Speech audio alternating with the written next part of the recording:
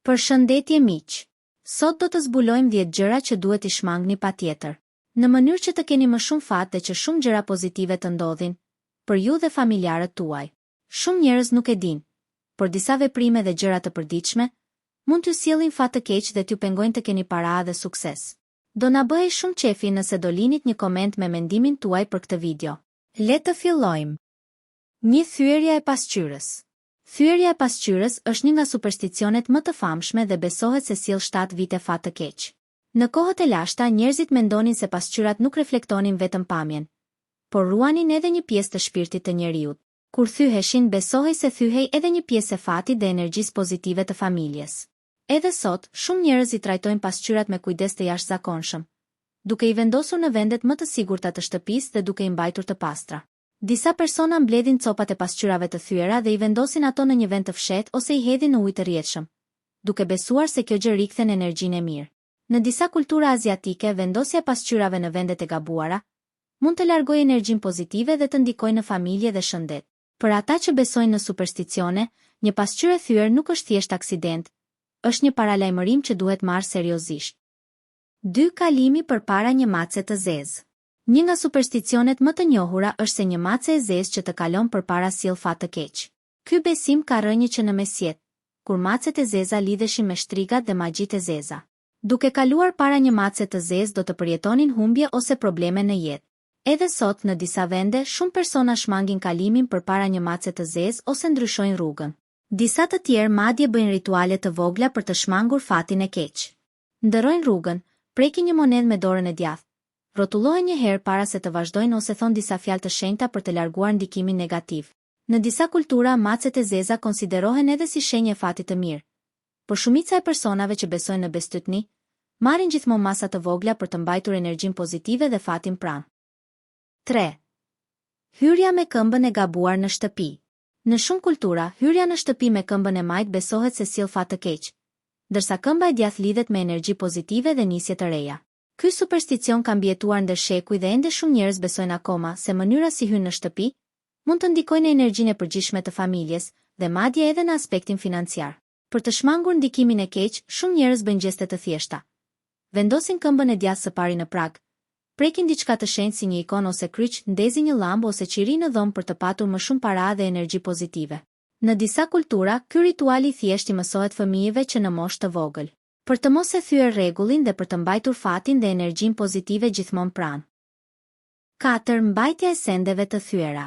Shumë njerëz besojnë se mbajtja e sendeve të thyera në shtëpi sjell fat të keq. Një gotë e thyer, një orë që nuk funksionon apo një enë e dëmtuar, simbolizojnë humbje energjie dhe mund të ndikojnë negativisht në marrëdhënie, shëndet dhe financa.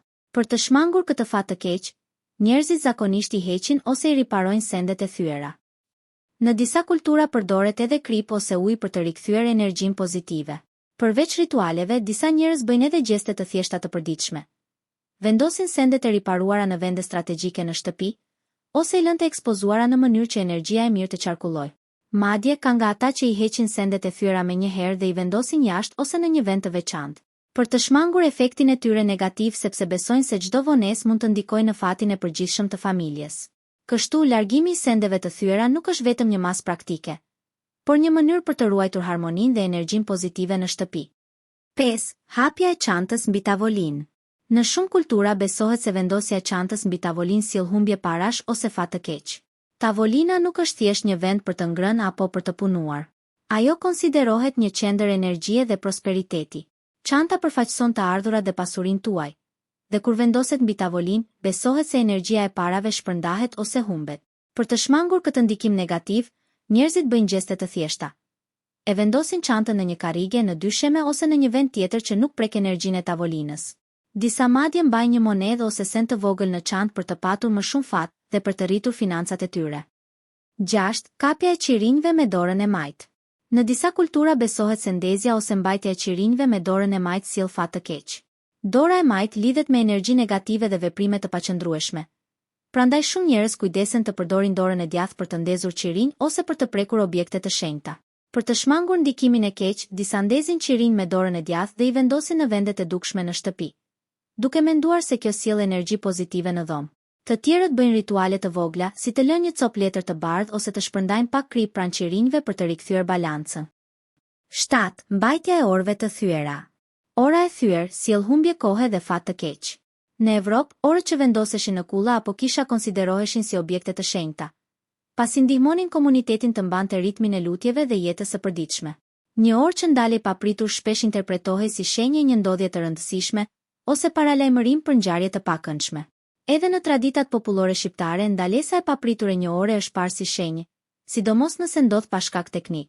Ora e prishur ose e thyer nuk është vetëm një objekt i padobishëm, por një simbol që humbja e kohës ose rrjedha natyrore e jetës është prishur. Për këtë arsye, mbajtja e saj në shtëpi shihet si diçka që tërheq kaos, vonesa dhe fat të keq. Nëse një orë thyhet ose ndalet, rekomandohet që ta riparoni menjëherë, ose ta largoni nga shtëpia, sepse kur hiqni një orë të thyer dhe e zëvendësoni me një orë të re, do të nisni një fillim të ri dhe do të keni më shumë energji pozitive në jetën tuaj.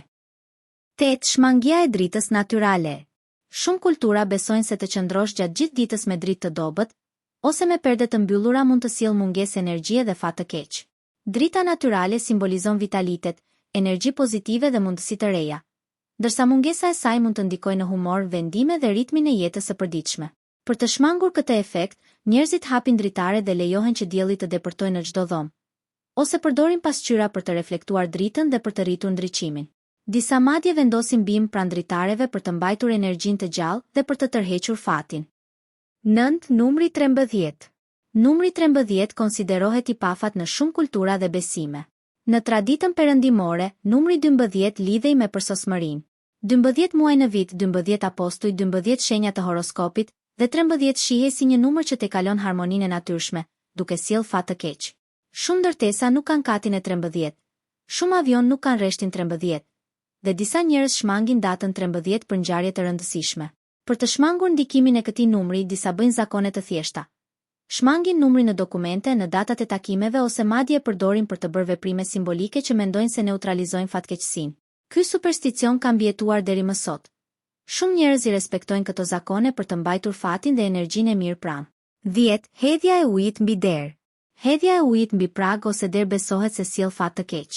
Uji përfaqëson pasurinë dhe energjinë, dhe kur humbet jashtë shtëpisë, konsiderohet si humbje e fatit dhe mundësive të mira. Për të shmangur këtë fat të keq, njerëzit kujdesen që të mos hedhin ujë pranë derës dhe në disa kultura bëjnë rituale simbolike, si të hedhin një gotë me ujë në vend të duhur ose të shpërndajnë disa pika krip për të rikthyer energjinë pozitive. Këto ishin 10 gjërat që besohet se sjellin fat të keq dhe që duhet të shmangni për të mbajtur energjinë dhe fatin afër. Edhe nëse nuk besoni plotësisht në supersticione, kujdesi për ambientin dhe zakonet tuaja mund të ndikojë pozitivisht në jetën e përditshme. Faleminderit që na ndoqët deri në fund. Shihemi në videon tjetër.